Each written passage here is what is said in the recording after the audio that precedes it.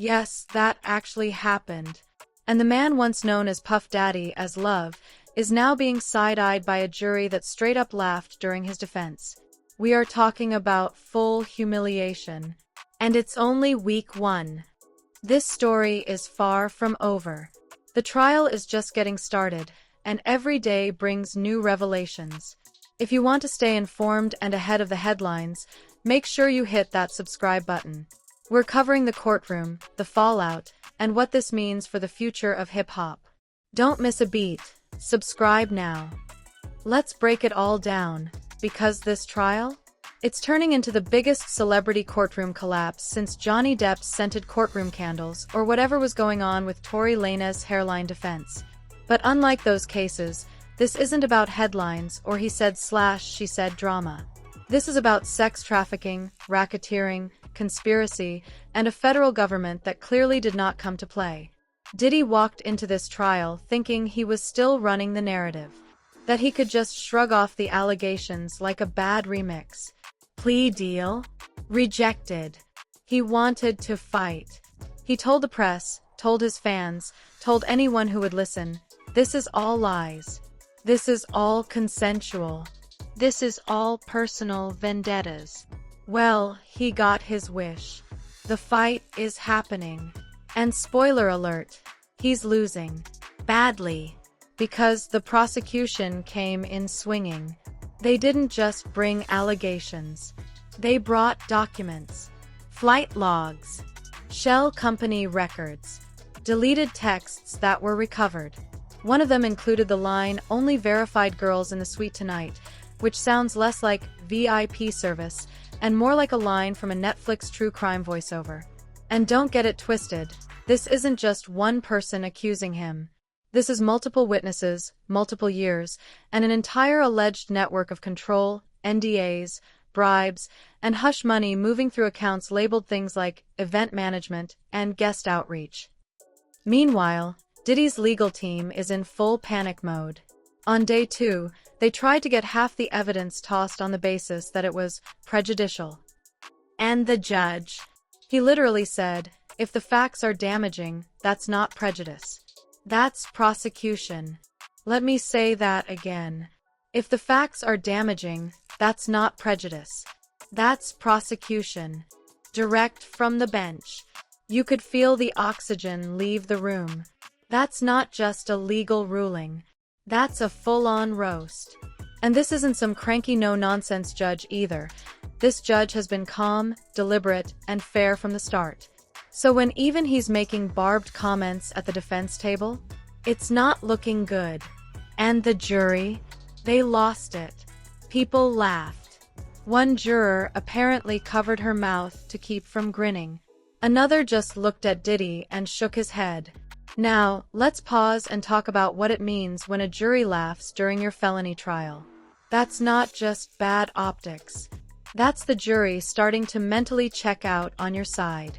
Once they start seeing you as a meme, it's a wrap. They're not weighing technicalities anymore. They're trying to figure out if your whole personality is just smoke and mirrors. And let's not forget, jury selection for this case was already a nightmare. People were getting dismissed left and right for saying things like, Diddy's rich enough to buy his way out of jail. Some of them even admitted they'd already seen viral clips related to Cassie's lawsuit. And yet, this was the best group his legal team could keep. And they're already laughing at him. Y'all, this isn't just a trial. This is an implosion. And it gets worse. Because, as you may have heard, audio from 50 Cent's upcoming Netflix documentary was introduced as evidence. And when I tell you Diddy lost it, I mean slammed his fist on the table, yelled at the judge, tried to talk over his own voice on tape, kind of lost it. The audio, by the way, includes Diddy making vague, off-the-record comments about how parties were exclusive to those who can handle it, and how power is best flexed in private. What does that mean? We don't know. But, in context, during a trial where you're accused of trafficking women and running a cult-like party circuit? Yeah. It's not a good look. His lawyers tried to argue that the tape was entertainment, that it was taken out of context, that it was meant for a documentary and had no place in court. The judge literally asked them, "Do you dispute that this is his voice?" They said no. So the judge said, "Then the jury can decide how to interpret it." Boom. And somewhere, 50 Cent is sipping wine, refreshing his Netflix metrics, and tweeting memes like a villain monologuing from a penthouse. Let's be real. This entire case has become less about legal gymnastics and more about credibility and character. And Diddy's character is unraveling in real time. No family in court with him. His kids missing. Cassie's name comes up every day. The brands that once lined up to attach themselves to him? Gone. Deactivated. Paused. One liquor company even released a quiet, "We are reevaluating our partnerships" statement that basically translates to, "We are gone, sir."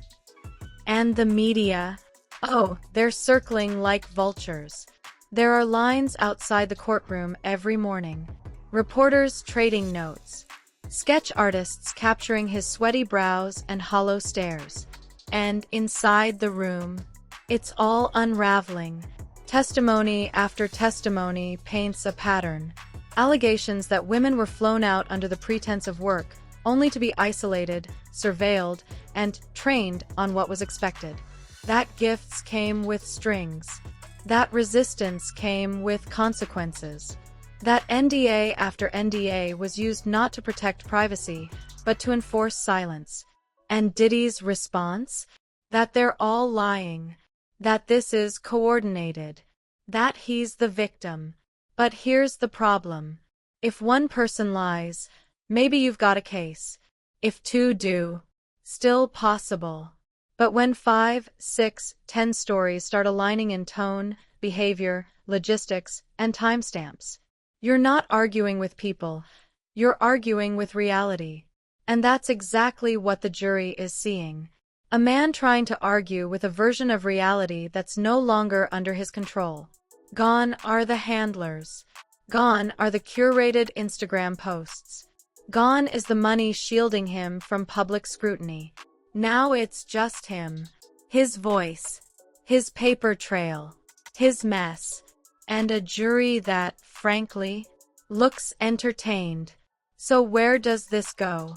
The trial is expected to run for at least 8 weeks.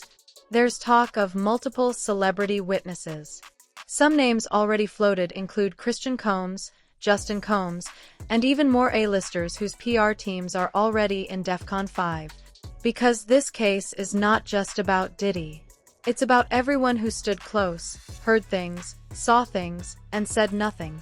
And as it all unfolds, the judge, the jury, and the world are watching a man who thought he was untouchable get humbled in real time. So keep your eyes locked in. Because if this is week 1, we're only just starting to see how deep this goes. The walls are closing in, and Diddy is finally learning what it feels like to not control the narrative. Because up until now, he's been the kingmaker, the gatekeeper, the man behind the mirrored shades and 7-figure brunches. But in this courtroom, there's no stage, no lighting crew, no retakes. Just a jury, a judge, and a mountain of receipts. Let's start with the basics. This isn't some PR skirmish. This is federal court. Diddy is staring down charges that include sex trafficking, racketeering, and conspiracy, and he turned down a plea deal that could have kept him out of prison for life. That's how bold he was. That's how convinced he was that he could walk away clean. But the moment trial started, that bravado vanished. The man who once called himself Love is now looking more like fear personified. And the judge, not having it. It's one thing to be on trial. It's another to be openly clowned by a federal judge in front of jurors who already look like they're auditioning for a courtroom satire. We're not talking stern warnings. We're talking actual eye rolls from the bench. Direct quotes like, "Being famous doesn't make you above the law." Jurors laughing when Diddy's team tried to argue that media coverage was unfair. One of them apparently snorted. And honestly, they have a point. You think a man who's been name-dropped in every scandalous party rumor since 2003 is suddenly going to get a clean slate with the public? That ship sailed, got caught in a hurricane, and is now sinking with a Louis Vuitton duffel full of NDAs. Let's talk about those NDAs. Because that's where this gets ugly. These weren't just confidentiality agreements for music projects or brand deals. These were weapons, tools used to silence, to lock people down, to keep them from speaking even when what they saw or experienced was horrifying. Women who were brought into his orbit through promises of modeling gigs, music careers, business mentorship. Next thing they knew, they were isolated in luxury penthouses, phones taken, flights booked under aliases, and expected to cooperate. And now the prosecution is calling it what it is, a trafficking enterprise disguised as a lifestyle. Not a club. Not a crew. A system. The documents are damning. Financial records showing the same shell companies booking luxury suites at odd hours, covering international flights for women who all mysteriously never appeared in public again. Surveillance logs showing restricted access to private rooms. Even smart lighting data from Diddy's own mansions was submitted, showing late-night entries to guest wings and blackout periods synced with alleged assaults. And who's left trying to explain all this? Diddy's legal team, which now looks like a rotating cast of burned-out defense lawyers in crisis mode. One even quit mid-case, citing conflict of interest, but rumors say it was really about not wanting to get caught in the fallout. The defense is scrambling to paint all of this as consensual adult relationships. They're calling the accusations malicious, jealous, fabricated. They're saying Diddy's just being targeted because he's a powerful black man. And listen, that argument has weight when it's true. But you can't use it as a shield for everything, especially when the evidence is screaming something else. And then came the bombshell. Christian Combs, Diddy's own son, has allegedly been cooperating with federal prosecutors. Now let that sit for a second. Your son, sitting across from you, possibly testifying. The courtroom gasped when this was revealed. Diddy, who had been pretending to meditate during cross-examination, opened his eyes, and for a second, he looked terrified. And who wouldn't be? Christian was in the houses, on the jets, in the VIP. If anyone knows what really went down at those infamous after-parties, it's him. And if he talks, game over. Because once blood flips, the story changes. No more, he said, she said. No more PR spin. That becomes, he said. His son confirmed it. Meanwhile, the witness list is growing. And it's not just industry nobodies. It's names that make headlines. Some former assistants. Some house staff. Even a few bodyguards who've suddenly gone quiet on Instagram and deleted every trace of Diddy from their pages. They're either scared or they're cooperating. And it doesn't help that the feds are now reportedly combing through years of digital files, everything from iCloud backups to deleted Snapchat archives. You think disappearing messages are gone? Please. The government builds cases on messages people thought were wiped. This isn't TikTok tea. This is federal forensics. And then there's the media circus outside. Reporters are lined up every morning by 6 a.m. trying to get a seat inside the courtroom. Sketch artists are capturing every micro-expression like they're sketching a movie villain.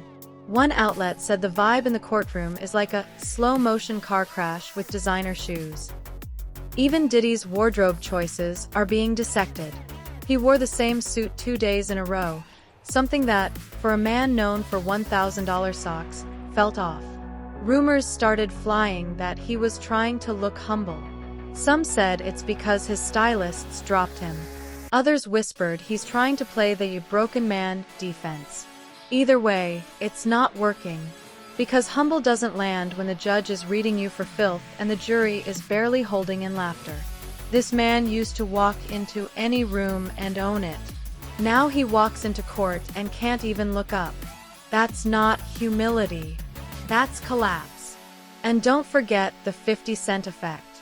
Because ever since that leaked audio was played in court, from 50 Cent's unreleased Netflix doc, Diddy has been spiraling. You could see it. his hands shaking, his outbursts, the way he tried to object to his own voice being played. You can't erase that kind of exposure. You can't pretend it was doctored when the judge asks, "Is this your voice?" and your own lawyer says yes. What's wild is how little it took to crack the facade. One tape, one outburst, one son flipping. And now the man who built an empire on controlling every beat, every image, every word, is no longer in control of anything. And it shows. Because this isn't just a court case anymore. This is a public reckoning. And every celebrity who ever stood by him is suddenly silent. Where are the free puff shirts now? Where's the support? Where are the Instagram statements? The captioned prayers? The silence is deafening, and you know what that means. People know this is bad. People know this isn't just going to blow over. And the brands, they've vanished. Partnerships suspended. Merch pulled. Liquor deals iced out. No more Ciroc. No more De Leon. No more nothing. This man is being erased in real time. Because the world has seen the footage, heard the audio, watched the courtroom sketches, seen the way the judge looks at him, heard the witnesses, read the documents, and they know. They know this isn't a misunderstanding. It's not a smear campaign. It's the fall of a man who thought he was untouchable. Until now.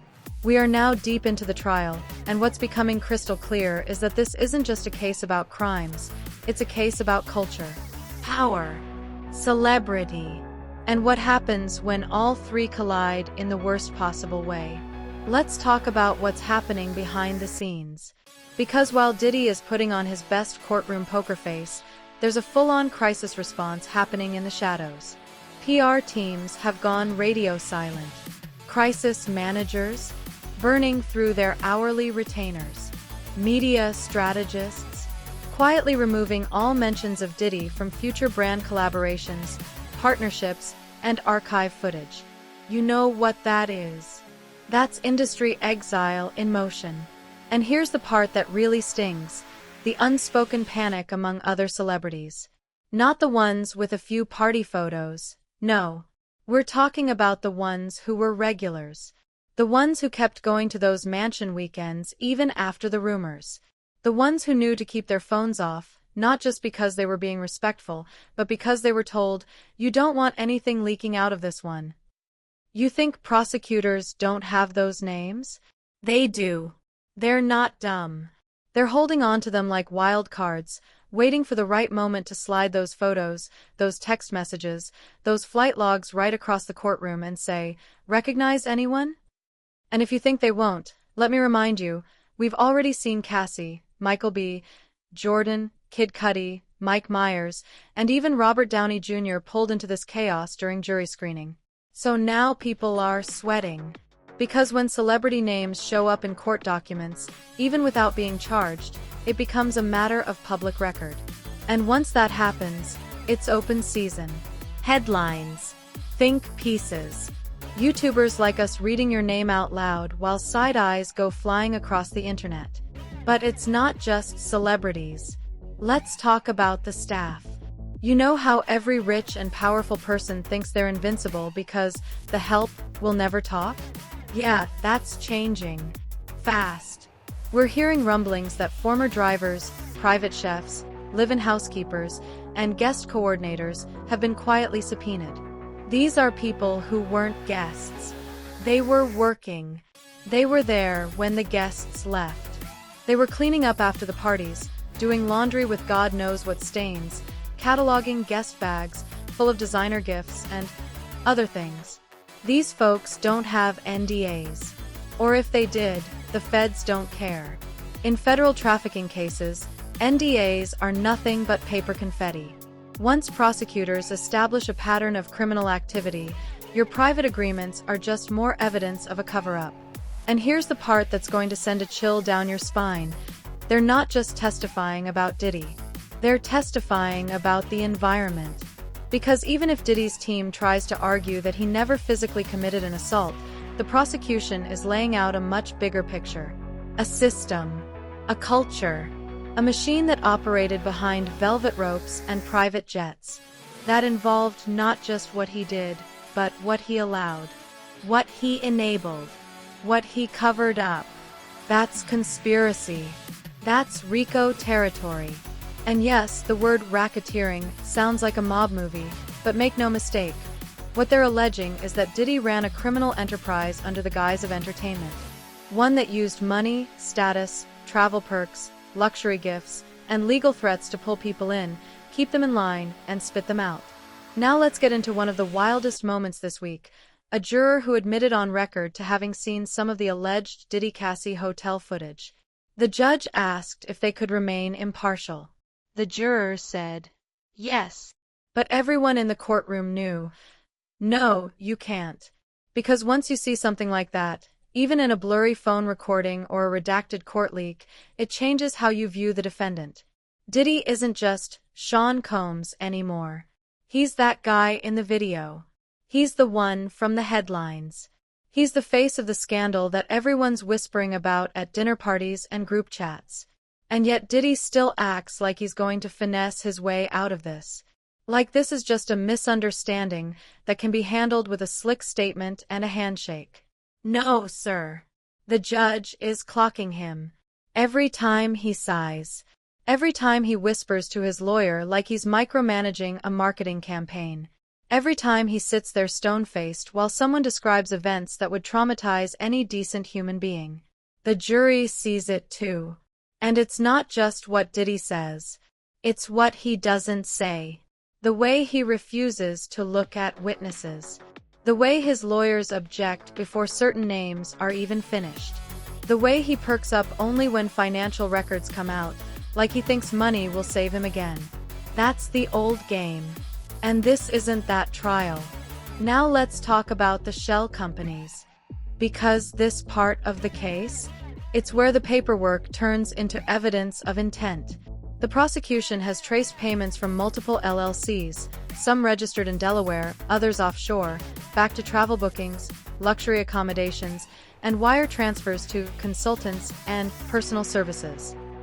But those consultants don't have LinkedIn pages. Those services don't show up on any invoice. Those funds disappear the minute the event ends. What's that smell? It's called laundering. And if even one of those transactions ties back to a known victim's timeline, boom. That's federal conspiracy to commit trafficking. One charge, multiple decades in prison. But let's not forget Diddy's argument through all this. It was all consensual. Cool story. But let's check the math. Dozens of women. Multiple lawsuits. Hidden financials. Parties with confiscated phones. Witnesses with PTSD. Audio tapes of him sounding like a Bond villain. Sons allegedly cooperating with prosecutors. And now staff members surfacing to say, "Yeah, I saw some stuff. I didn't know what I was looking at, but I knew it wasn't right." That's not consensual. That's a trap house with a guest list. And while Diddy's team is trying to do damage control, the public has moved on from curiosity to disgust. Social media, once flooded with wait and see, is now full of people saying, "We knew. We heard. We were just waiting." That's what happens when power goes unchecked for too long. The Diddy brand isn't dying. It's disintegrating. You can't rebuild this with an apology tour. You can't uncassie the court documents. You can't pay your way out of the FBI's Dropbox folder. Because here's the kicker. This is still just the first wave. There are more charges rumored. More witnesses waiting. More audio allegedly circulating. You think 50 Cent leaked that one clip and called it a day? Nah. That man's holding a library of chaos. He's probably got part 2 ready, and you better believe prosecutors are waiting in line to subpoena it. Because this trial, it's not just about Sean Combs. It's about accountability. And this time, There's no remix, no rebrand, no take that slogan to distract people from the mess. There's just a courtroom, a jury, a list of receipts, and a man who thought he'd never end up here. And now, with every hour that passes, the walls around Diddy don't just close, they're crumbling.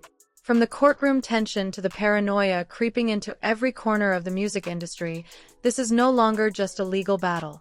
This is a full-blown cultural reckoning. The prosecution has now hinted that more subpoenas are coming. More names are being reviewed. Witnesses who initially declined to participate are reportedly reconsidering.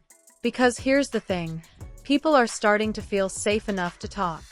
The empire that once inspired fear now inspires nothing but disgust and distance. And that shift, that's fatal. The moment your own people, your label partners, your collaborators, your family start disappearing, that's not optics. That's collapse. Christian Combs being spotted reading the indictment was the first warning shot. Then came Justin Combs removing mentions of his father from his profiles. Then the brands started pulling out, fast and quiet. The streaming numbers may spike in curiosity, but the sponsorships? The money? Gone. And Diddy knows it. You can see it in the courtroom sketches. This isn't the same man who used to grin and point at the cameras. This is someone sweating through tailored wool, whispering to lawyers who look more defeated with every passing witness. He's not fighting like someone who's confident in his innocence. He's reacting like someone who never thought he'd get caught. Because that's the most damning part of all this. The arrogance. The smug belief that NDAs, money, and silence would be enough forever. That allegations were just noise. That the machine would always protect him. But the machine is breaking down.